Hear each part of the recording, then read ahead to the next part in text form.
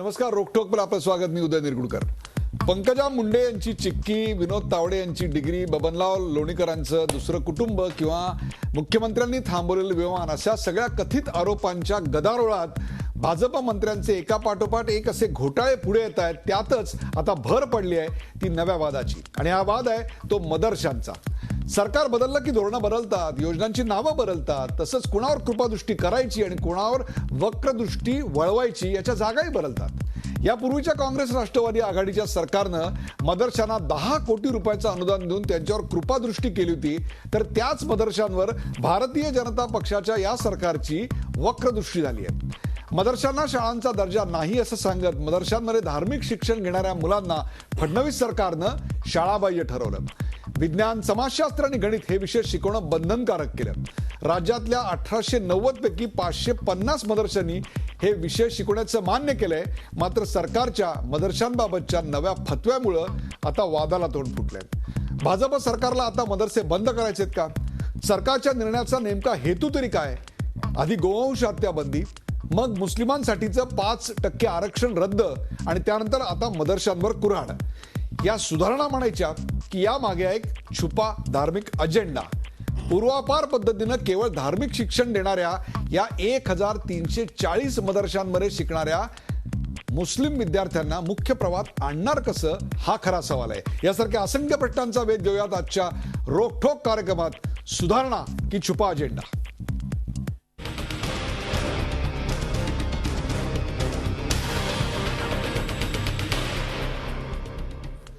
सुधारणा की छुपा अजेंडा या विषयावर पाहूया. या विषयावरचा एक खास रिपोर्ट. आधी गोवंश हत्या बंदी, मग मुस्लिमांच्या 5% आरक्षणाचा निर्णय रद्द, आणि आता मदरशांवर गदा. महाराष्ट्रातलं भाजप सरकार मुस्लिम विरोधी भूमिका घेतंय की काय, अशी चर्चा आता सुरू झाली आहे. मदरशांना शाळांच्या श्रेणीतून वगळावं आणि मदरशात शिकणाऱ्या विद्यार्थ्यांना शाळाबाह्य विद्यार्थी म्हणून गणलं जावं, अशी भूमिका फडणवीस सरकारनं घेतली आहे. याचाच अर्थ मदरशांना शाळा म्हणून मिळणारा दर्जा संपुष्टात येणार आहे. मदरशांची देखील मुलं मोजणार आहोत. याचं कारण असं आहे की आज त्या समुदायातून अशी ओरड आहे की आम्हाला मराठी येत नाही, म्हणून आम्ही नोकरीला इंटरव्ह्यूला गेल्यानंतर आम्ही मराठी बोलू शकत नाही, म्हणून आम्हाला सरकारी नोकरी मिळत नाही. आम्हाला असं वाटतं की त्या मुलांना देखील प्रचलित जे शिक्षण आहे ते त्यांनी कुठेही घ्यावं. महानगरपालिकेच्या शाळेत घ्यावं, जिल्हा परिषद शाळेत घ्यावं, खाजगी संस्थांच्या ज्या शाळा आहेत तिथं घ्यावं, परंतु जे प्रचलित शिक्षण आहे ते त्यांनी घ्यावं. मदरशांबाबत सरकारनं ही भूमिका घेतल्यानंतर देशभरातून जोरदार प्रतिक्रिया उमटायला सुरुवात झाली आहे. मदरसा को जाने वाले बच्चे आउट ऑफ स्कूल चिल्ड्रन है, ये स्टिग्मेटाइज करना है, ये बात बिल्कुल गलत है. कई महाराष्ट्र के मदरसों में इंग्लिश, मैथ्स और साइंस पढ़ाया जा रहा है, और वहां से बच्चे तालीम के हासिल करने के बाद सिविल सर्विस एग्जामिनेशन को क्रैक कर रहे हैं. तो ये डेलिबरेट टारगेटिंग है महाराष्ट्र गवर्नमेंट की तरफ से, और ये इनका कंसिस्टेंट बिहेवियर है. मात्र ओबीसींचा हा हल्ला शिक्षण मंत्री विनोद तावडेंनी पलटवून लावलाय. आमचं सरकार मुस्लिम विरोधी नसल्याचा दावाही भाजप नेत्यांनी केलाय. ओबीसीच्या बुद्धिमत्तेची कीव वाटते. जी मुलं मदरसामध्ये शिकतात त्यांना जर मी सायन्स, सोशल सायन्स आणि गणित शिकवणार असेल तर ते त्या मुलांच्या फायद्याचं आहे का तोट्याचं आहे? त्यांच्या धार्मिक शिक्षणात कुठेही राज्य सरकार हस्तक्षेप करणार नाही. ओबीसीला आपली अल्पसंख्याक मुलं ही अशा पद्धतीने मागे न्यायची आहेत का पुढे न्यायची आहेत? मला पुढे न्यायची आहेत. ओवैसीला मागे न्यायची असतील तर त्याला परवानगी. कि हमारी सरकार की बहुत स्पष्ट भूमिका है, प्रधानमंत्री जी की भी स्पष्ट भूमिका है कि जो मदरसे हैं उन मदरसों में शिक्षा अच्छी हो रही है. उन मदरसों को मुख्य धारा की शिक्षा में शामिल करने के लिए उनके लिए प्रयास करने की जरूरत है, उनके लिए उनको प्रोत्साहित करने की जरूरत है. वो हम कर रहे हैं. राज्य सरकारों को भी इस दिशा में करना चाहिए. मदरशांना मुख्य प्रवाहात सामावून घेण्यासाठीच सरकार सुधारणा करत असल्याचा दावा भाजपनं केलाय. मात्र हा दावा मुस्लिम समाजाच्या पचनी पडेल का, हा मोठा प्रश्नच आहे. Bureau report, Zee media. सुधारणा की छुपा अजेंडा या विषयावरचा खास रिपोर्ट आपण पाहिलात, आणि या विषयाची चर्चा करण्यासाठी आपण आमंत्रित केलंय भारतीय जनता पक्षाचे प्रवक्ते आणि आमदार राम कदम आपल्या बरोबर आहेत. राम कदम, आपलं या कार्यक्रमात स्वागत. आपल्या बरोबर आहेत राष्ट्रवादी काँग्रेसचे आमदार आणि प्रवक्ते डॉक्टर जितेंद्र आव्हाड आपल्याबरोबर आहेत. जितेंद्र आव्हाडजी, आपलं स्वागत.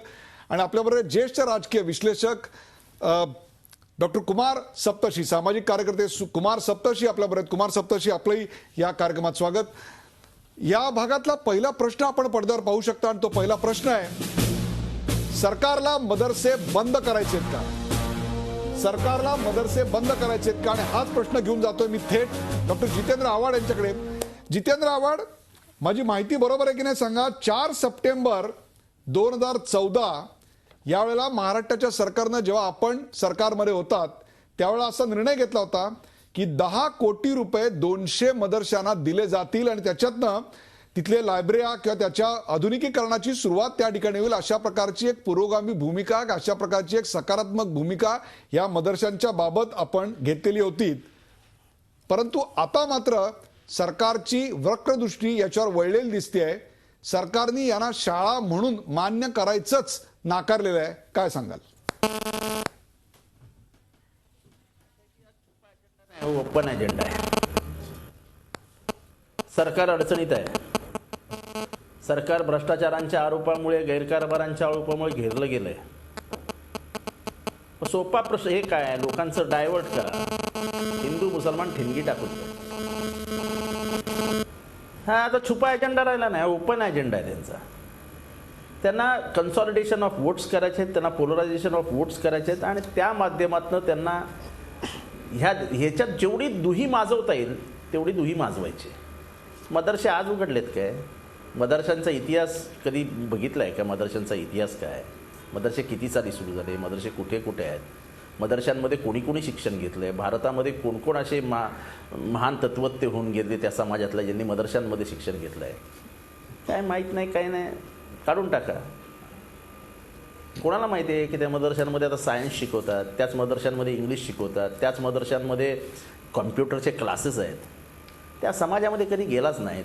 त्या समाजाला अतिशय तुच्छ, यांची गरजच नाही, अशा प्रकारची गोळवळकरी भूमिका घ्यायची आणि मग एका समाजाला ठोकूनच काढायचं. आणि हे ठोकत असताना त्याला मोठा स्वरूप द्यायचं, जेणेकरून हिंदू समाजाने नाराज आहे ना, मदरसे बंद करून टाका असं एक प्रकारचं कुजबूज कॅम्पेन सुरू करून द्यायचं. जितेंद्रजी, प्रथम मुस्लिम आरक्षण जे हायकोर्टाने मान्य केलं होतं ते आपण हातातनं गेलेलं पाहिलं. नंतर आपण पाहतोय की गोवंश हत्या बंदी आपल्याकडे आली, म्हणजे खायचं काय हे ठरवण्यात आलं. आता शिकायचं काय मुसलमानांनी आणि कुठे हे देखील ठरवण्यात येतंय. याच्या मागे शिक्षणाचा भगवीकरण करण्याचा डाव आहे असं सर्वसाधारणपणे म्हटलं जात आहे. आपण काय म्हणताय? असं आहे की निरगुडकर साहेब, ज्या विचारधारेतनं हा पक्ष चालवत आहेत किंवा हे सरकार चालवत आहे, हे सरकार 6व्या वंदेवरनं देवेंद्र फडणवीस चालवतच नाही. हे नागपूरच्या रेशीम भागेच्या आदेशावर चालतंय. दर 3 महिन्यानंतर एक मुसलमान विरोधी भूमिका घ्यायची, त्याला व्यापक प्रसिद्धी द्यायची आणि महाराष्ट्रातलं पुरोगमित्व, शाहू फुले आंबेडकरांची परंपरा नष्ट करायची, याचा विडाच त्यांनी उचललेला आहे. आणि त्याची सुरुवात त्यांनी पहिल्या म्हणजे हायकोर्टानेही सांगितलं की तुम्ही म्हणजे नोकऱ्यांसाठीचं आरक्षण सोडून द्या, पण शिक्षणामध्ये यांना ताकद द्या, शिक्षणामध्ये पुढे गेले पाहिजे म्हणून 5% आरक्षण मान्य केलं. पण खोटं नाटक कारण देत विधानसभेमध्ये आम्ही एजीला विचारतो, अरे एजी कोण? AG is not superior than the judiciary. पण ज्युडिशियरीने सांगितलं असताना पण त्या समाजाला ठोकायचं, त्यांचं आरक्षण काढून घेतलं. नंतर बीफ बॅन करताना पोस्टर्स लागली आणि पोस्टरमध्ये गाईचा फोटो. तुम्ही करताय काय? म्हणजे हे कशासाठी करताय, का करताय? आणि बीफ कोण खातं? इथला सर्वात जो गरीब माणूस आहे, तो हिंदूंचा असो नाही तो मुसलमानांचा, सर्वात गरीब माणूस जर काय खात असेल तर तो बीफ खातो. आणि बीफची जगातली प्रोटीन व्हॅल्यू बघितली तर जगामध्ये जेवढे गरीब लोक, मेहनती कष्ट करणारे हमाल मजूर, म्हणजे जे अगदी कुठल्याही दर्जाचं कठीण काम करतात, हे सगळे बीफ खाणारे आहेत. बरोबर आहे. आता तुम्हाला त्याच्यातलं प्रोटीन व्हॅल्यू माहीत नाही, तुम्हाला त्याच्यातनं मिळणाऱ्या त्या मजुरांना फायदा माहीत नाही. म्हणजे 1 किलो बीफवरती माणूस म्हणजे 10 माणसांचं कुटुंब 3 दिवस जगू शकतं, ह्याचं इकॉनॉमिक्स तुम्हाला माहीत नाही. आणि तुम्ही मग की तुम्हाला ठोकायचंच आहे कसंही करून. काही मग करून- काय तुम्ही काही बंद करा ते त्यांना सांगा. काही करून मुसलमानांना ठोकून काढणे हाच या सरकारचा अजेंडा असा आपला आरोप आहे. आपल्याबरोबर राम कदम आहेत. राम कदम, जसं मी त्यांना त्यांच्या एका अध्यादेशाची, त्यांच्या एका तरतुदीची आठवण करून दिली, तशीच तुम्हाला एका तरतुदीची आठवण करून देतो. तुमच्या लोकसभेच्या निवडणुकीच्या जाहीरनाम्यामध्ये मदरशांच्या आधुनिकीकरणाचा मुद्दा मांडलेला आहे. मोदी सरकारने 100 कोटी रुपये दरवर्षी मदरशांना आधुनिकीकरणाकरता देऊ असं सांगितलेलं आहे. आणि त्यानुसार या मार्चमध्ये जे बजेट आम्ही पाहिलं, जे पहिलं खऱ्या अर्थाने तुमचं पहिलं बजेट होतं केंद्र सरकारचं, त्याच्यामध्ये 100 कोटी रुपयाची तरतूद केलेली आढळली. म्हणजे एकीकडे तुम्ही तरतूद करताय, एकीकडे तुमच्या इलेक्शन जाहीरनाम्यामध्ये मुस्लिम मतांसाठी त्याला जाहिरात करताय, प्रसिद्धी करताय, आणि दुसरीकडे तुम्हाला निवडून दिल्यानंतर बहुमतानं निवडून दिल्यानंतर मात्र तुम्ही त्याच मुस्लिम समाजाला दूर लोटताय. हा जितेंद्र आव्हाड यांचा आरोप कसा चुकीचा म्हणणार सांगा. सगळ्यात पहिल्यांदा डॉक्टर साहेब मी आपले आभार मानेन की आज दिवसभर ज्या पद्धतीच्या बातम्या सर्व न्यूज चॅनल्सवर दाखवल्या जात होत्या, त्या बातम्या पाहून खरोखर मनाला वाईट वाटलं. मुळात लोकांनी या विषयाच्या खोलात जाऊन न समजून घेता काही आमच्या मुस्लिम मित्रांनी केवळ ती मुसलमान मतांच्या जोरावर चालणारी दुकानदारी ती लक्षात घेऊन असे काहीतरी तोडून मोडून वक्तव्य केली, जेणेकरून हिंदू आणि मुस्लिम समाजामध्ये तेढ निर्माण होईल आणि कुठेतरी हे भाजपचं सरकार, आमचं सरकार कसं मुस्लिमांच्या विरोधात आहे असं वातावरण तयार करता येईल अशा प्रकारची चुकीची वक्तव्य केली. कसं ते तुम्हाला सांगतो पहा. आपण काय करतो 4 तारखेला, मुळामध्ये की मदरसा हा एक विषयच नाहीये. सर्व जातीची, सर्व धर्माची, सर्व पंथाची, राजकारणाच्या पलीकडे जाऊन या महाराष्ट्राचा विकास झाला पाहिजे, सगळ्यांना शिक्षण मिळालं पाहिजे. जो 2009चा राईट टू एज्युकेशन ऍक्ट आहे त्या अंतर्गत सगळी जी 6 ते 14 वयाची जी मुलं आहेत, वयोगटातली मुलं आहेत, कसं असतं गरिबीमुळे अनेक ही लहान मुलं कुठेतरी दुकानात काम करत असतात, रस्त्यावर कुठेतरी भीक मागत असतात, काही मुलं या शिक्षणापासून खरोखर वंचित राहत असतात. त्यामुळे महाराष्ट्रातल्या देवेंद्र फडणवीस सरकारनं ठरवलं की आपण देशातलं पहिलं राज्य असं ठेवूया की या राज्यामध्ये अधिकाधिक मुलं शिक्षण घेतील, ही आमची भावना आहे.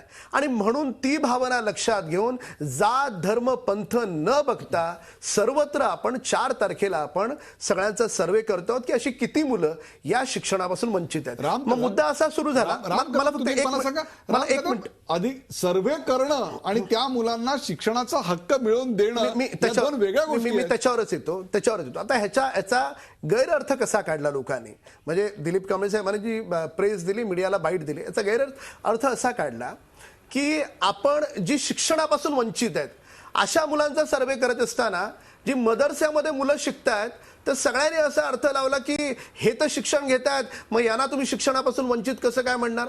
मुळात मुद्दा असा आहे की मदरसा असेल, गुरुद्वारा असेल किंवा हिंदूंची एखादी वेधशाळा असेल, त्या ठिकाणी धर्माचं शिक्षण दिलं जातं, हे मी मान्य करतो.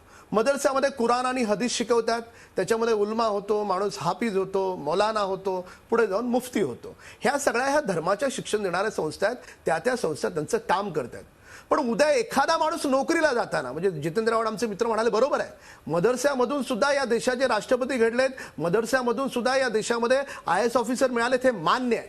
पण ते कसे मिळालेत, जी आपली प्रचलित शिक्षणाची जी व्यवस्था आहे त्या व्यवस्थेमध्ये जाऊन तुम्हाला 10वी व्हावं लागेल, 12वी व्हावं लागेल, ग्रॅज्युएट व्हावं लागेल, त्याच्यानंतर तो नोकरी मिळेल ना. आज मुस्लिम समाजापुढे किंवा कोणत्याही समाजापुढे मूळ प्रश्न असा आहे की आपल्याकडे शिक्षण नाही म्हणून नोकरी नाही, नोकरी नाही म्हणून घर चालत नाही, मग माणूस गुन्हेगारीकडे वळतो. असे सगळे अतिशय दारुण प्रकार या समाजात पाहायला मिळतात. म्हणून आमच्या सरकारनं ठरवलं की ही अशी जी मुलं आहेत ही मुलं निवडायची आणि एक शिक्षणाचा एक पॅटर्न तयार करायचा, त्याच्यावर रोडमॅप तयार करायचा, जेणेकरून या मुलांना शिक्षण देता येईल. एक मिनिट, जितेंद्र आव्हाड यांचा हेतू तर अतिशय काय म्हणू आपण ज्याला स्तुत्य मंगलमय असा दिसतोय की रोडमॅप तयार करायचा आहे, शिक्षणाचा पुढच्या पायरीवर तयार करायचं आहे, समाजाच्या मुख्य प्रवाहात आणायचं आहे. आता तुमचे जे संदेह होते तुमच्या मनामध्ये ते राम कदम यांच्या सांगण्यानंतर गेले का ते आणखी वाढलेत आता? नाही, राम कदम हे उत्तम प्रवक्ते आहेत. BJPला एक चांगला प्रवक्ता मिळाला याचा आनंद आहे मला. पण राम कदम यांना कदाचित अजून RSSची ओळख व्हायची आहे. तेवढाच ते 1924 सालापासून BJPचा जो काही अजेंडा आहे, RSSचा जो काही अजेंडा आहे त्याच्याबद्दल जर त्यांनी अभ्यास केला तर ते स्वतः हरिभक्त पारायण राम कदम आहेत. मला वाटतं ते त्यांचा मार्ग सोडून देतील. त्यामुळे त्यांनी थोडासा RSSचा अभ्यास करावा, थोडासा गोळवळकरांची पुस्तकं वाचावीत. म्हणजे खरोखरच RSS आणि गोळवळकरांचं, म्हणजे गोळवळकर हे म्हणजे आजही त्यांना गुरुजी म्हणूनच सगळे म्हणतात. आणि गुरुजींच्या मार्गदर्शनाखालीच भाजपाचा प्रवास किंवा संघाचा प्रवास चालू आहे. संघामध्ये असलेला माणूस हा भाजपात जातो आणि भाजपातला एकही माणूस असं म्हणू शकत नाही मी गोळवळकरांना मारत नाही की त्यांची विचारसरणी मारत नाही. या गोळवळकरांनी आणि ज्या भाजपनी RSSनी देऊन ठेवलं आहे की मुसलमानांना दुय्यम नागरिकत्वाशिवाय अधिकारच देऊ नयेत, किंबहुना त्यांचा मतदानाचाही अधिकार काढून घ्यावा, अशी विचारधारा असणारी लोक. हा त्यांचा अजेंडा आहे का आपण त्याला विचारूया ना. हा त्यांचा अजेंडा आहे तुम्हाला मुसलमानांना दुय्यम नागरिकत्वाचा. कसं आहे, हा त्यांचा अजेंडा नाहीये. त्यांना राम कदमना माहित पण नसेल. 6 वर्ष झालं आमदार जितेंद्र आव्हाड साहेबांना मी महाराष्ट्राच्या विधानसभागृहात पाहतोय. कुठलाही विषय असेल की त्या विषयाला कसं उत्तम डायव्हर्ट करायचं हे आव्हाड साहेबांकडून शिकण्यासारखं आहे. एक विद्यार्थी म्हणून निश्चितपणे काही चांगले गुण त्यांच्यातले घ्यायला आवडेल. पण आजचा विषय मदरस्याचा आहे. हा जो आमचा काय अजेंडा, RSSचा काय अजेंडा, याच्यावर एक स्वतंत्र चर्चा काय राम कदमचा असं आहे की तुम्हाला तेच समजून सांगतोय. राम कदम साहेब, त्याच्या मागे जी RSSची भूमिका आहे, जी परंपरेने चालत आलेली भूमिका 1924 सालापासून आज 90 वर्ष पूर्ण होतील. आणि या देशामध्ये जातीय व्यवस्थेला तुम्ही कसं खतपाणी घातलं आणि त्याच्यातनंच तुम्ही कसं त्यांचे रिझर्वेशन्स काढून घेतले, कसं बीफ बॅन आणलं, तुम्ही कसं आता मदरशांचा, आणि मग त्याला तुम्ही हे स्वरूप देणार. नाही, आम्ही त्यांना सुधारवण्याचा प्रयत्न करतोय, पण ह्यांना त्यांना सुधरू द्यायचं नाही. हे वोट बँकसाठी करतायत. वोट बँकसाठी हे नाही करत आहेत, वोट बँकसाठी तुम्ही करतायत. तुम्हाला महाराष्ट्रातलं पुरोगमित्व कायमचं नष्ट करायचं आहे. इथे जो जातीयवाद जो कधीही पसरू दिला नाही शाहू फुले आंबेडकरांच्या पुरोगामी विचारांना, तो संपुष्टात आणायचा आहे आणि महाराष्ट्र तुम्हाला गोडसेच्या पिल्लावळींच्या हातात द्यायचं आहे. हे उघड सत्य आहे. बोला. मला सांगा की पहिल्यांदा या देशामध्ये नरेंद्र मोदी साहेब पंतप्रधान झाल्याच्या नंतर मोदी साहेबांनी एक अतिशय सुंदर वाक्य वापरलं. कधी मुळात देशात आणि राज्यात जे आमचं सरकार आलंय हे विकासाला केंद्रबिंदू मानून आम्ही सत्तेवर आलेलो आहोत आणि विकास हेच आमचं प्रमुख केंद्रबिंदूचं स्थान आहे. मोदीजींनी सांगितलं की आम्हाला मुस्लिम माणसाच्या एका हातामध्ये कुराण द्यायचं आहे आणि त्याच वेळेस आम्हाला त्याच्या दुसऱ्या हातामध्ये कम्प्युटर द्यायचा आहे. म्हणजे केवळ मुस्लिम नाही, उद्या एखादा शीख समूहातला कोणी विद्यार्थी असेल तर त्याच्या एका हातामध्ये ग्रंथ साहेबा असला पाहिजे, दुसऱ्या हातामध्ये कम्प्युटर असलं पाहिजे. हिंदू मुलगा असेल त्याच्या एका हातात गीता असावी, दुसऱ्या हातात कम्प्युटर असावं. आपण किती वर्ष आपण ह्या जुन्या विचारांपासून थोडंसं पुढे जायला पाहिजे. विकास हा एकमेव भाजपचा, आमच्या सरकारचा अजेंडा आहे. जर असं नसतं तर या देशभरामध्ये 1 कोटी विद्यार्थ्यांना, मुस्लिम विद्यार्थ्यांना शिष्यवृत्ती देणारं हे भाजपचं सरकार आहे. मौलाना आझाद जे महामंडळ आहे त्या महामंडळाला आधीचं सरकार, मी संकुचित विचारात जाणार नाही पण जे आकडे डॉक्टर साहेबांकडे निश्चितपणे असतील, त्या मुस्लिम महामंडळाला जरी आमचं भाजपचं सरकार असलं, तुमच्या सरकारनं 32 कोटी रुपये दिले, आमच्या सरकारनं 150 कोटी रुपयाची तरतूद केली. 150 कोटी रुपये आपण देतो आहोत. हे असे 2-4 मुद्दे एवढ्याचसाठी सांगतोय. म्हणजे मुक्ताईनगरला मी सांगितलं पॉलिटेक्निक कॉलेज आम्ही सुरू करतोय मुसलमानांसाठी, आपण हसाल. मी तुम्हाला सांगेन आपण महाराष्ट्रामध्ये 14 ठिकाणी मुस्लिम विद्यार्थ्यांसाठी वसतिगृह सुरू करतोय. आव्हाडसाहेब तेही मान्य करणार नाहीत. म्हणजे मुळात काय केलं तर आव्हाडसाहेब म्हणतील की खरोखर हे भाजपचं सरकार जाती धर्माच्या पलीकडे जाऊन विकासाची भाषा बोलतंय. खरंच मला आव्हाडसाहेबांकडून ऐकायला आवडेल. आणि जाता आता एवढं एकच सांगतो की आतापर्यंत आपण खूप संकुचित विचारामध्ये या राज्यामध्ये वेगवेगळी सरकारं पाहिली. हे पहिलं देवेंद्र फडणवीसांचं सरकार असं असेल, म्हणजे याच्या आधीही झाले असतील काही, मी नाकारत नाही. या सरकारला, केंद्रातल्या आणि राज्यातल्या सरकारला कोणत्याही प्रकारच्या अशा संकुचित विचारामध्ये अडकायचं नाही. जो शिकलेला नाही त्याला शिक्षित करायचंय आणि त्याच्यासाठी हा प्रयत्न आहे. पण आता कसं झालं, आता MIMनी त्यांचं दुकान चाललं पाहिजे, त्यांनी त्यांचं वेगळं स्टेटमेंट दिलं, काँग्रेसच्या नेत्यांनी त्यांचं वेगळं स्टेटमेंट दिलं. अहो, याच्यामध्ये मदरस्यामध्ये कुराण आणि हदीस शिकवतात. आमच्या विनोद तावडे साहेबांनी काय सांगितलं की जर त्या मुलाला उद्या डॉक्टर व्हायचं असेल तर त्याला MBBS शिकावं लागेल की नाही लागणार, त्याला गणित शिकावं लागेल का नाही लागणार, त्याला इंग्रजी मराठी यावं लागेल का नाही यावं लागेल. मग ही जर आम्ही विकासाची भाषा बोलत असू तर काय चुकलं. आणि जर तो मुलगा शिकला नाही तो गुन्हेगारीकडे वळेल, गुन्हेगारीकडे वळला तर पुन्हा आपलं राज्य मागे जाईल. महाराष्ट्र पुढे जाईल कसं? म्हणजे जर शिक्षण सगळ्याला मिळावं. जितेंद्र आव्हाड सबका साथ सबका विकास याच्या जाहिरातीचं ब्रीफ कसं असावं याचं उत्तम उदाहरण आता त्यांनी दिलेलं आहे. सांगा. सबका साथ सबका विकास. काय झालंय की ही जी उच्चवर्णीय मानसिकता आहे की शिक्षणाशिवाय काय शक्य नाही बाबा, त्याच्यात तावडे साहेब अडकले ना, की ते RSS आणि बीजेपीने कायम 60 वर्ष हे काँग्रेसचे सगळे अशिक्षित, त्यांना काही समजत नाही हो. तेच वसंतदादा 4थी पास होते पण कधी शर्मेने मान नाही खाली घालू दिली महाराष्ट्राला. महाराष्ट्राचा इतिहास जेव्हा जेव्हा लिहिला जाईल तेव्हा जेव्हा जेव्हा जेव्हा सहकाराचं नाव निघेल, जेव्हा जेव्हा इथे प्रायव्हेट इंजिनिअरिंगचे नाव निघतील, जेव्हा जेव्हा प्रायव्हेट MBBS नाव निघतील, जितेंद्रजी त्यांच्या मुद्द्याला उत्तर द्या. जितेंद्रजी त्यांच्या मुद्द्याला उत्तर द्या. मी देतो त्याच्यावरनं उत्तर देतो. हे आम्ही शिक्षण देणार आहोत, आम्ही हे देणार आहोत, ते देणार आहोत. आम्ही तेच सांगितलं. त्याच्यासाठी त्या वस्तीत जा, त्या वस्तीत जाऊन अभ्यास करा. तुम्हाला कोणी सांगितलं की तिथे सायन्स शिकवत नाही? तुम्हाला कोणी सांगितलं तिथे कॉम्प्युटर शिकवत नाही? राम कदम उद्या सकाळी ट्रेन पकडा, ट्रेन नाही तुमची जॅग्वार गाडी काढा किंवा लेक्सस गाडी काढा, या मुंबऱ्याला मी तुम्हाला मदरशात घेऊन जातो. तिथे कॉम्प्युटर क्लासेस कसे चालतात ते दाखवतो. तिथे इंग्लिश शाळा कशा चालतात, इंग्लिश कसं शिकवलं जातं ते दाखवतो. तिथे सायन्स कसं शिकवलं जातं ते दाखवतो. मदरशामध्ये शिकलेले झाकीर हुसेन, मदरशामध्ये शिकलेले अल्लम्मा इक्बाल, मदरशामध्ये शिकलेले अनेक स्वातंत्र्य सैनिक आजही इतिहासाच्या नोंदीमध्ये आहेत. जितेंद्र आव्हाड बरोबर वळले नाही. आहे. जितेंद्र आव्हाड त्याचं उत्तर आपण त्यांच्याकडनं घेऊ. परंतु मुंब्र्याच्या बाहेर देखील अनेक मदरसे आहेत. तुमच्या मतदारसंघातले मदरसे कदाचित पुढे गेले असतील, परंतु आज 1890 मदरशांपैकी 550 मदरशांमध्येच फक्त हे 3 अनिवार्य विषय शिकवले जातात. इतरत्र ते शिकवले जात नाहीत असं भाजप सरकारचं म्हणणं आहे. तुम्ही त्यांच्याशी असं त्यांना बोलवा, त्यांच्याशी चर्चा करा, त्यांना सांगा हे करायचं आहे, आपल्याला बदल आणायचा आहे. आता काय करतोय? अंतिम प्रश्न सुरू. आता काय करतोय? जोर जबरदस्ती तुमच्या दोघांकडे येतो. आपल्याकडे जोर जबरदस्ती ज्येष्ठ राजकीय विश्लेषक कुमार करून असं करता येत नाही. डॉक्टर कुमार सप्तर्षी आपल्या बरोबर. कुमार सप्तर्षी, आपण ही चर्चा पाहिलीत. भाजपचा याच्यावरचे काय मतं आहेत ती आपण पाहिलीत आणि त्याहीपेक्षा सुद्धा राष्ट्रवादीची मतं काय ती पाहिलीत. परंतु घटनेनं आपल्याला काही मूलभूत अधिकार दिलेले आहेत. त्याच्याकरता आर्टिकल 29 आणि आर्टिकल 30 याच्यामध्ये अल्पसंख्याकांना काही विशेष अधिकार दिलेले आहेत. त्या अधिकारानुसार आपल्या धर्म आचरणाचा त्यांना अधिकार दिलेला आहे. त्या अधिकाराची कुठेतरी या ठिकाणी पायमल्ली होते असं वाटतंय का? कसं आहे की उघड बोलण्याचे शब्द वेगळे आहेत, मनातला हेतू वेगळा आहे आणि एकूण कुठल्याही माणसाचं काही बोलणं पाहिजे त्याचं वर्तन, त्याचा आत्मा पाहिला पाहिजे. तर मगा जितेंद्र आव्हाड यांनी सांगितलं त्यांचा आत्मा आहे RSS आणि त्या RSSच्या मध्ये मुस्लिम द्वेष अतोनात भरलेला आहे. म्हणजे तेच मुळात राज्यघटनेच्या विरोधी आहे. हिंदू राष्ट्र म्हणणं हे सुद्धा राज्यघटनेच्या विरोधी आहे. मग आता यांचं काय चाललंय की तिथपर्यंत जाण्यासाठी ध्रुवीकरण करत राहायचं.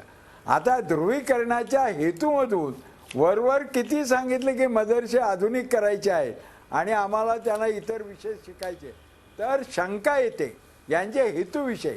असं कुठेही भाजपचं किंवा RSS परिवाराचं वर्तन नाही की त्या ठिकाणी मुसलमानांना अन्य मानवासारखं वागवून त्यांचं उत्थान केलेलं आहे. मुसलमान मागे राहिलेले आहेत ही गोष्ट खरी असली तरी तुम्ही ध्रुवीकरण टाळून हे करू शकता का? तर करू शकत होता. राईट टू एज्युकेशन आहे. मदरशाच्या लोकांना तुम्ही सांगू शकता की सर्वांना सक्तीचं आणि मोफत शिक्षण आहे, तेव्हा तुमच्या अन्य विषयांच्या शिक्षणाची आम्ही जबाबदारी घेतो, तुम्ही त्याला नाही म्हणू नका. आणि मग जे आडवे येतील त्यांना काय कारवाई करायची ते करा. मदरसा, घैसास गुरुजींची वेधशाळा किंवा अशा काही संस्था आहेत किंवा आळंदीचं आहे कीर्तनकार तयार होतात, यांना त्यांचा अधिकार आहे.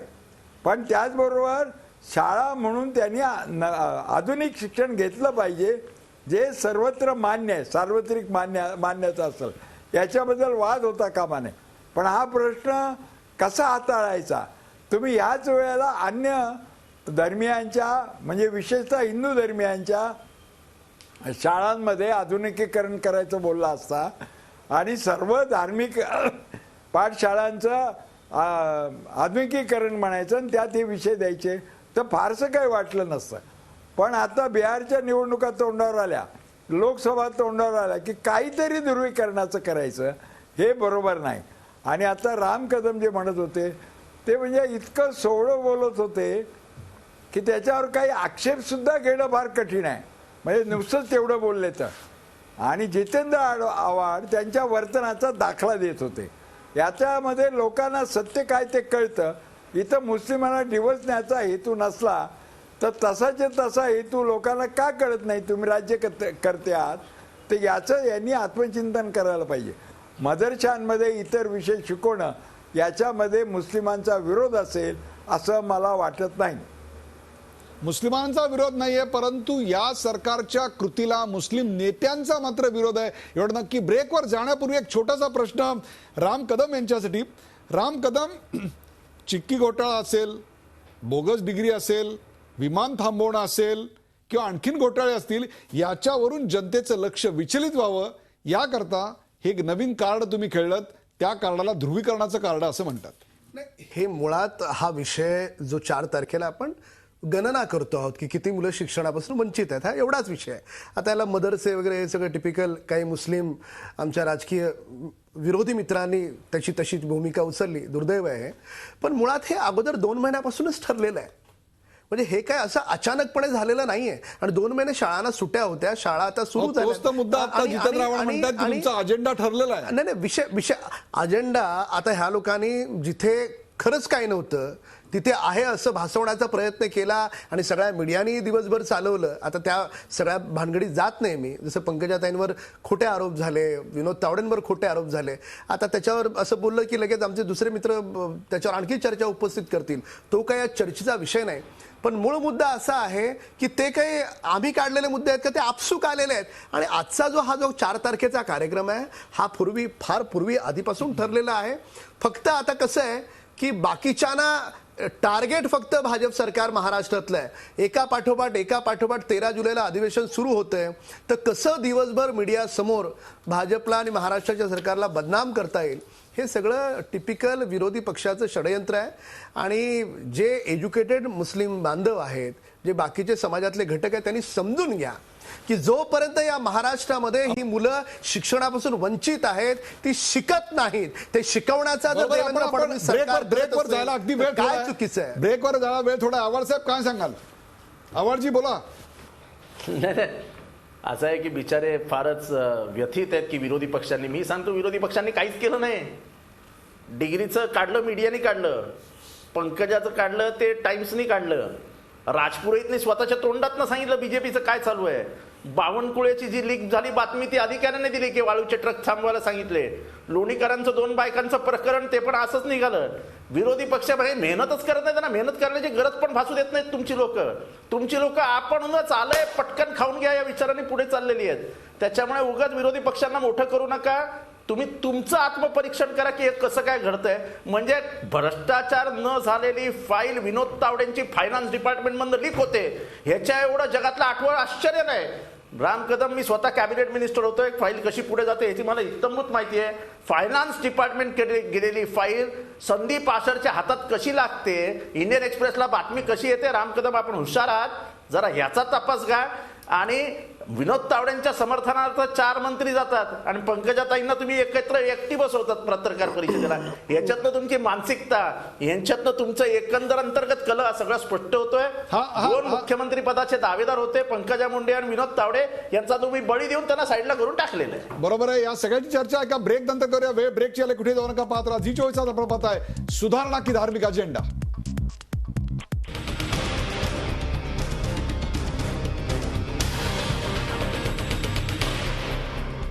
सुधारणा की छुपा अजेंडा या भागात दुसऱ्या भागातला महत्वाचा प्रश्न आपण पडद्यावर पाहू शकता. आणि तो प्रश्न आहे की या सगळ्या मागे सुधारणा आहे की धार्मिक अजेंडा. या सगळ्या मागे सुधारणा आहे की धार्मिक अजेंडा. आपण जातोय थेट डॉक्टर कुमार सप्तर्षी यांच्याकडे. कुमार सप्तर्षी, ऑक्टोबर 2005 मध्ये न्यायमूर्ती राजेंद्र सच्चर यांच्या नेतृत्वाखाली एक समिती स्थापन केली होती. त्याच्यात मुसलमानांची जी आत्ताची आर्थिक, सामाजिक, सांस्कृतिक स्थिती आहे त्याचा अभ्यास करण्यात आला होता आणि त्यांचे निष्कर्ष जाहीर करण्यात आले आणि ते अत्यंत धक्कादायक होते.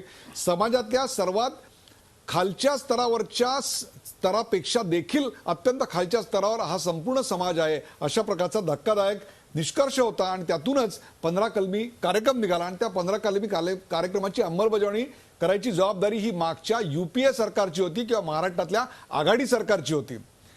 आज काय चित्र दिसते असं वाटतं आपल्याला? त्या सरकारने त्यांची कामं केली का? सच्चर समितीच्या नावानं आज ढोल पिटणाऱ्या आघाडी सरकारनी खरोखरच मुसलमानांच्या सुधारणेसाठी प्रयत्न केले का केवळ त्यांचा व्होट बँक म्हणून वापर केला? कुमार सप्तर्षी.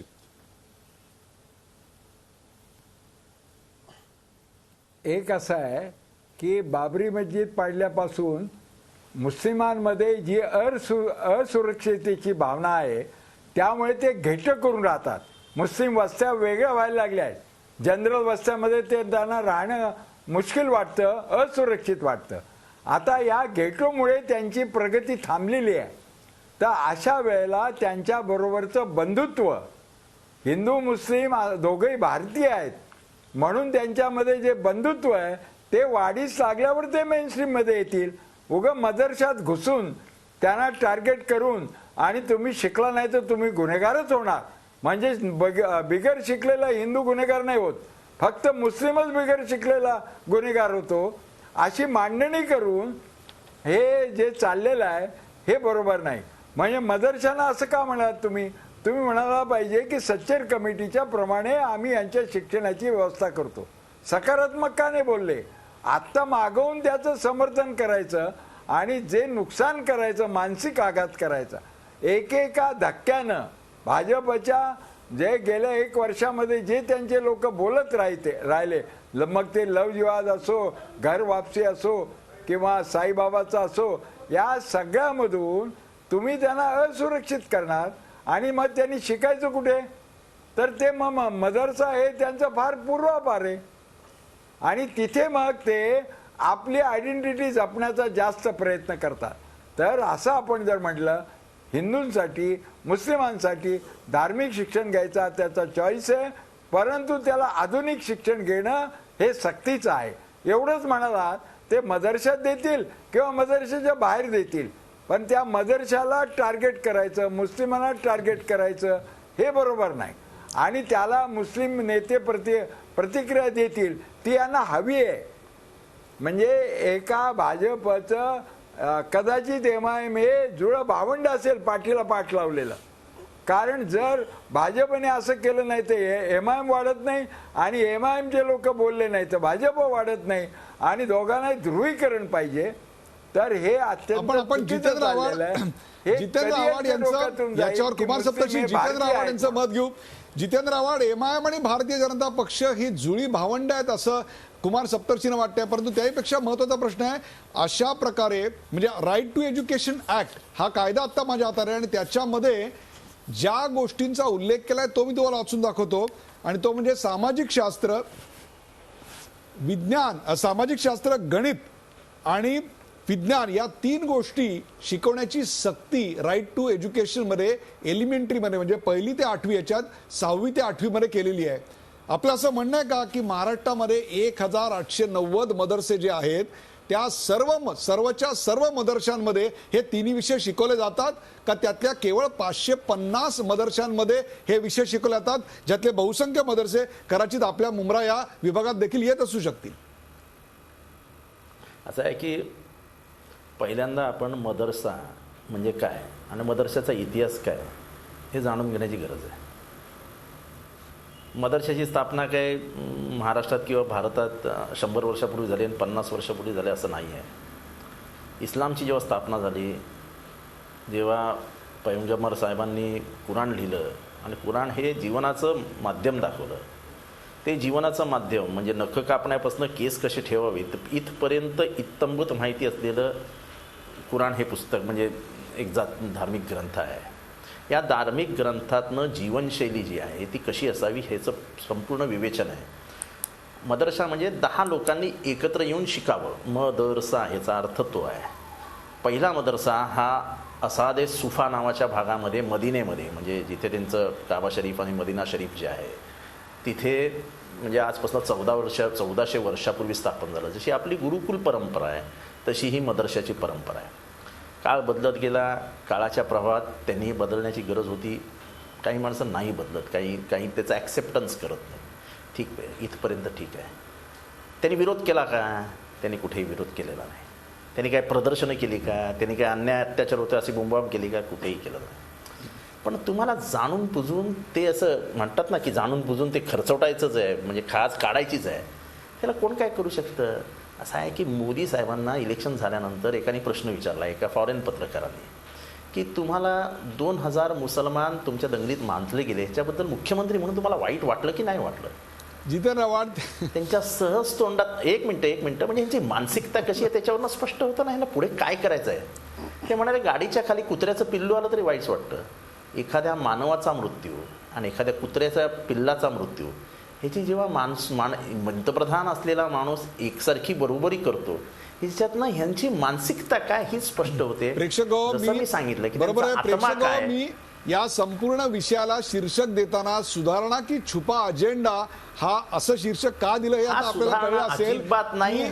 सुधारणा या नावाखाली छुपा अजेंडा होतोय का? आणि छुपा अजेंडा ज्यांचा कोणाचा आहे त्यांना सुधारणा मान्य नाहीत का? हा दोन विषय. काय सांगाल राम कदम? ते कसं आता आव्हाडसाहेब म्हणाले, त्यांच्या विधानावर माझा आक्षेप आहे, जे काय त्यांनी आदरणीय पंतप्रधान मोदींजींविषयी वक्तव्य केलं. पण ठीक आहे, तो एक पूर्ण वेगळा चर्चेचा भाग होईल, त्याच्यामुळे त्याच्या फार खोलात जात नाही. मुळात आपण समजून असं घ्यायला पाहिजे की छुपा अजेंडा असं जर म्हटलं तर फक्त आपण मदरसे हा एवढाच भाग घेतला असता. आपण मदरसे वगैरे असं काही भाग घेतलेला नाहीये. सर्व धर्मियांना लागू आहे. शाळा सोडून सगळे धर्म, उलट रस्त्यावर एखादं मूल भीक मागत असेल, त्याला आई नाहीत, वडील नाहीत, त्याचा सुद्धा सर्वेमध्ये आपण घेणार आहोत. म्हणजे जर आपण सगळेच घेत असू तर याच्यात कसा छुपा अजेंडा असेल? आणि कुमार सप्तर्षी चांगले जाणकार पत्रकार आहेत. आपण सुद्धा आपल्या मुखातून जे योग्य आहे त्याचं आपल्या मुखातून कौतुक निश्चितपणे झालं पाहिजे. मला तुम्ही समजून सांगा, देवेंद्र फडणवीस सरकार जर रस्त्यावर भीक मागणाऱ्या मुलाला सुद्धा शिक्षण देण्याची भाषा बोलत असेल, मदरस्यामध्ये जो धर्माचं शिक्षण घेतोय, वेधशाळेमध्ये जो तिथे हिंदू धर्माचं शिक्षण घेतोय, अशा सगळ्या मुलांना गणित शिकवण्याचा प्रयत्न करत असेल, विज्ञान शिकवण्याचा प्रयत्न करत असेल, काय चुकलं आमचं? याच्यात सुद्धा कावीळ झाल्यासारखं प्रत्येक गोष्ट पिवळी असं समजून बघायचं, काय चुकलं सप्तर्षीच्यात? म्हणजे केवळ आपण पुरोगामी आहोत म्हणून शिक्षणाला सुद्धा तुमच्यासारख्या पत्रकारांना विरोध करावा.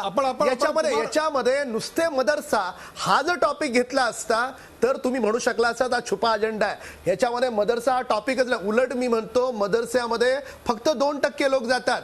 मदरसा सोडून अशी अनेक मुस्लिम मुलं आहेत जी मदरस्यात सुद्धा जात नाहीत, तर त्यांचंही आपण करतो.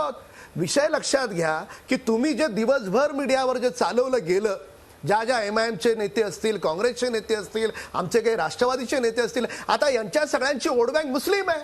आता ती मुस्लिम वोट बँक देवेंद्र फडणवीस सरकार आणि मोदी सरकार आमच्याकडे येते, तर आता ह्यांचे सगळ्यांचे कसं तरी करून त्यांना त्यांची वोट बँक राखणं, शाबूत राखणं गरजेचं आहे. म्हणून अशा प्रकारचे वक्तव्य देतात. मुळामध्ये राजकारण इलेक्शनला फार वेळ आहे. जर समजा आम्ही कुठल्या इलेक्शनसाठी करत असतो तर हा मुद्दा आता नसता घेतला. हा मुद्दा करण्याच्या पाठीमागे हे सरकार सत्तेवर आलं, विकासाची भाषा बोलत आलं. आणि विकासाची गंगा एकच मिनिट, विकासाची गंगा शिक्षणाशिवाय पूर्ण होत नाही. शिकल्याशिवाय विकास होऊच शकत नाही. ही आमच्या भारतीय जनता पार्टीची आणि या सरकारची मानसिकता. तुम्ही तुमचा मुद्दा मांडलेला आहे. कुमार सप्तर्षी त्यांनी 2 आक्षेप नोंदवले, त्याला उत्तर द्या. आणि त्यापूर्वी एक छोटी मी तुम्हाला शंका उपस्थित करतोय. मगाशी तुम्ही बिहारच्या निवडणुकांचा उल्लेख केलात, परंतु ह्या ज्या गोष्टी आता महाराष्ट्र सरकार करू इच्छित आहे त्याचा परिणाम आणि त्याची व्याप्ती ही फक्त महाराष्ट्रापुरती आहे. त्याचा बिहारच्या निकालांवर काय परिणाम होऊ शकतो हे तरी महाराष्ट्राला समजावून सांगा. एक असं आहे की तुम्ही सातत्यानं एका आपल्या भारतीय मानव समूहाला, भारतीय बंधूंना ठोकत राहिला तरच बाकीचे हिंदू एकत्र येईल, हा सिद्धांत आहे. हा सिद्धांत मुसोलिनीने वापरला होता, हा सिद्धांत हिटलरने वापरला होता. ज्यू जर्मनच होते ना, पण रोज ज्यूंना ठोकायचं पहिल्यांदा पाट्या लावायच्या, देशद्रोह्यांना ठेचून मारले पाहिजे आणि मागून सांगायचं जीव देशद्रोही आहेत. हा प्रकार आहे यांचा, की आधी मुसलमानांना ठोकत राहायचं आणि तेच अतिरेकी असतात असं म्हणायचं. तर हा जो भाग आहे संबंध आपल्या भारतीय नागरिकांच्या समोरातून त्याला बाजूला काढायचं. पुण्यामध्ये एक डेक्कन जिमखान्यावर मक्केशाह मशीद म्हणून आता दिसते, पण ती 50 वर्ष होऊ दिली नाही हायकोर्टाचा निर्णय असताना, आणि त्याच्यामध्ये आम्ही लोक पडलो आणि मग ती झाली, तो भाग वेगळा. परंतु असं का व्हावं, म्हणजे हे दुःख आहे. मुस्लिम आमचे बांधव आहेत, त्यांना कायदा वेगळा आणि बाकीच्यांना वेगळा, हे सगळं भाजपचे लोक वागतात ना तसं. त्यांच्या RSSच्या 45 आउटफिट्स आहेत, त्याच्यामध्ये क्रिमिनल नेतृत्व आहे.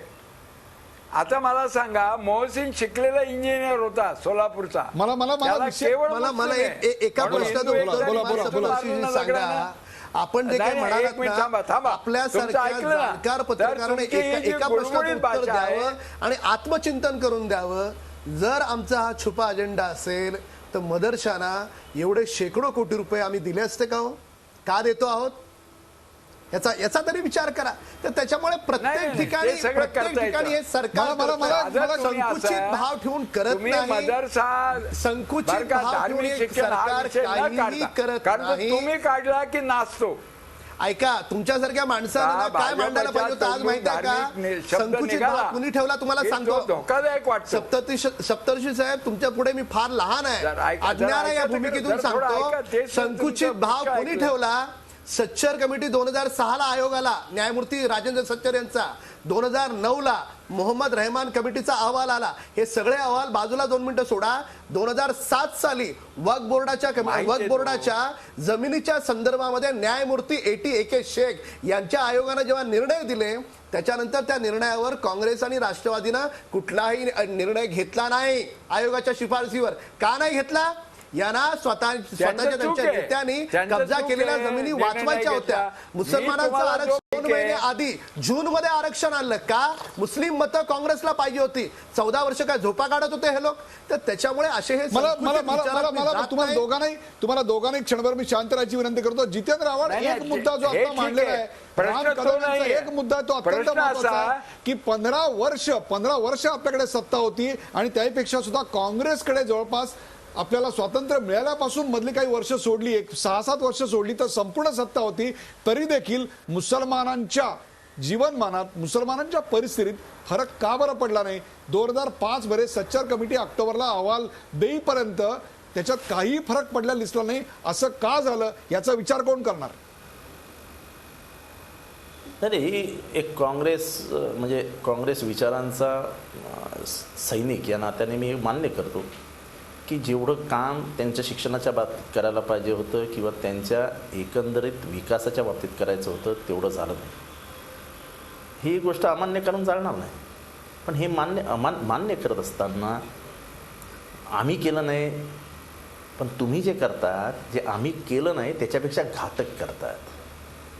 प्रश्न असा आहे की आम्ही कमीत कमी म्हणजे असा जर शेवटच्या टोकाचा विचार केला तर आम्ही त्यांना म्हणजे सुरक्षित तरी ठेवलं.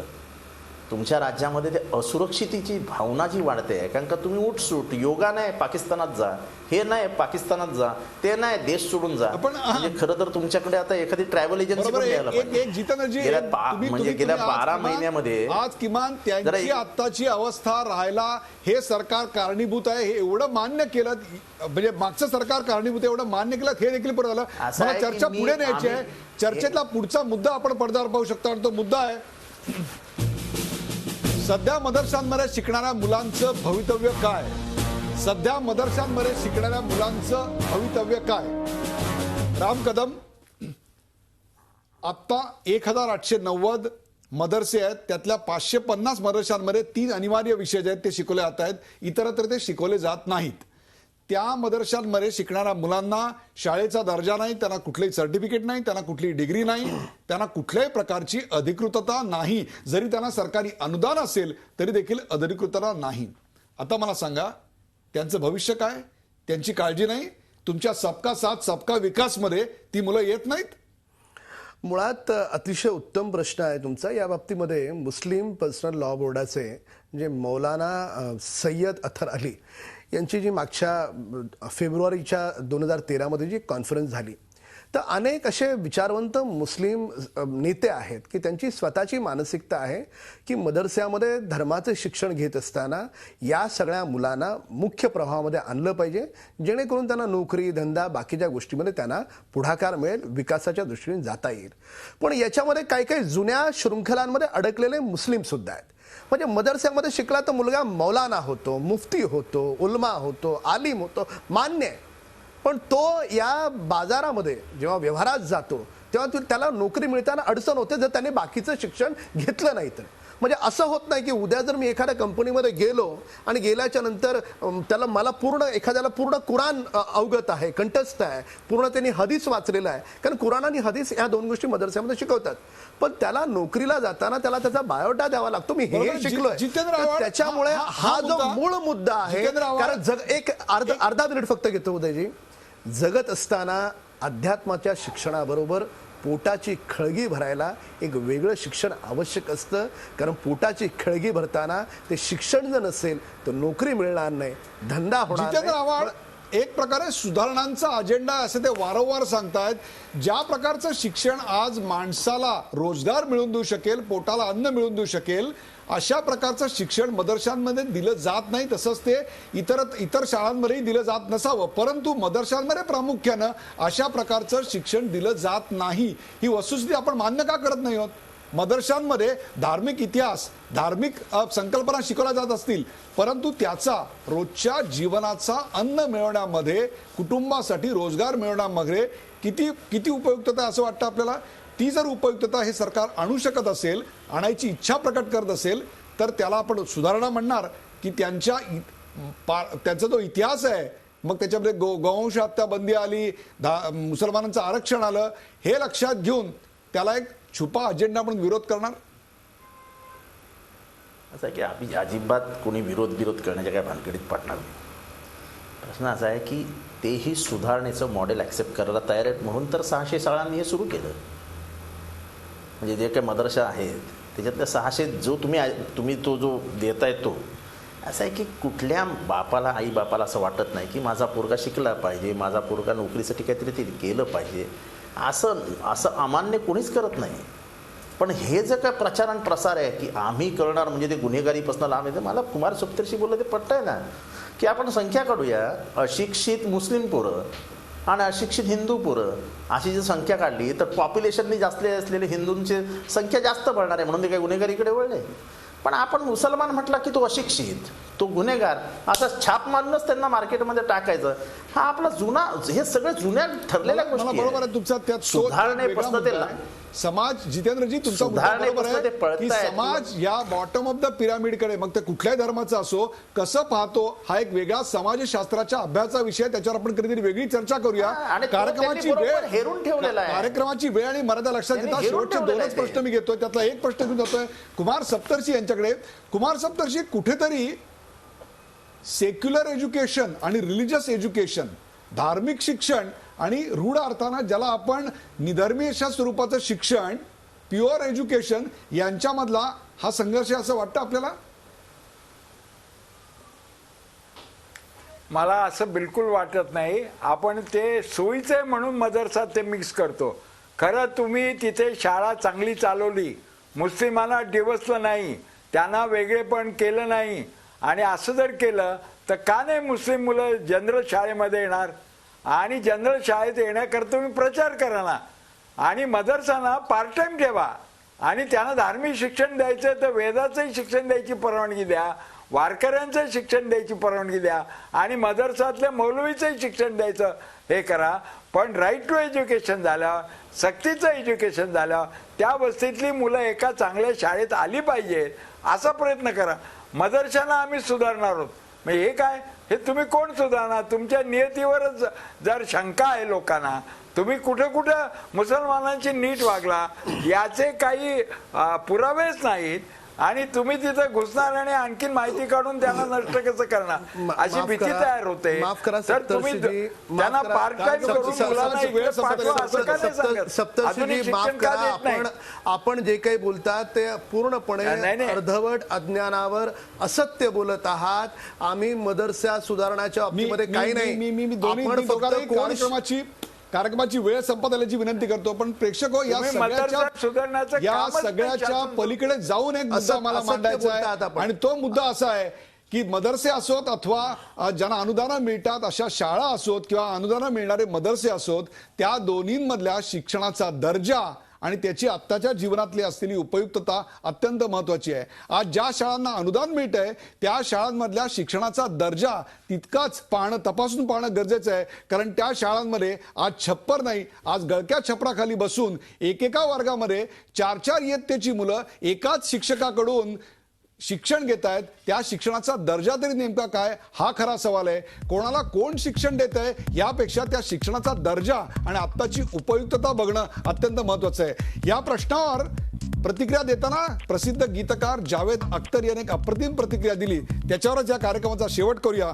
त्याने असं सांगितलं की प्रत्येक मदरशाच्या बाजूला अशी एक शाळा उघडा ज्या शाळेमध्ये प्रत्येक धर्मियाला आपल्या मुलाला शिकायला पाठवावं असं वाटेल अशी शाळा उघडा. म्हणजे हा प्रश्न धार्मिक न राहता कायमस्वरूपी निकाली राहील आणि एक चांगला भारत निर्माण होईल. बघा, विचार करून या कार्यक्रमात सहभागी झाल्याबद्दल आणि विशेषतः राम कदम आणि जितेंद्र आव्हाड असताना देखील हा कार्यक्रम शांततेत पार पडला त्याबद्दल तुमचे 2 आणि कुमार सप्तर्षी यांचे आभार. ताज्या बातम्यांसाठी पाहत राहा झी 24 तास. रहा एक पाऊल पुढे.